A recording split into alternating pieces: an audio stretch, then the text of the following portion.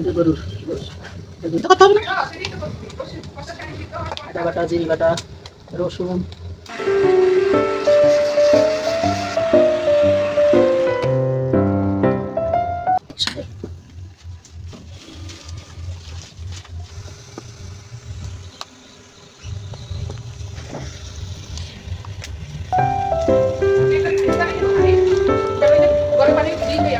গরম। তারপর ওর মধ্যে ভাত দিয়ে দিতে পারবো। হাঁসের গোশ। এটা চীনা হাঁসের গোশ।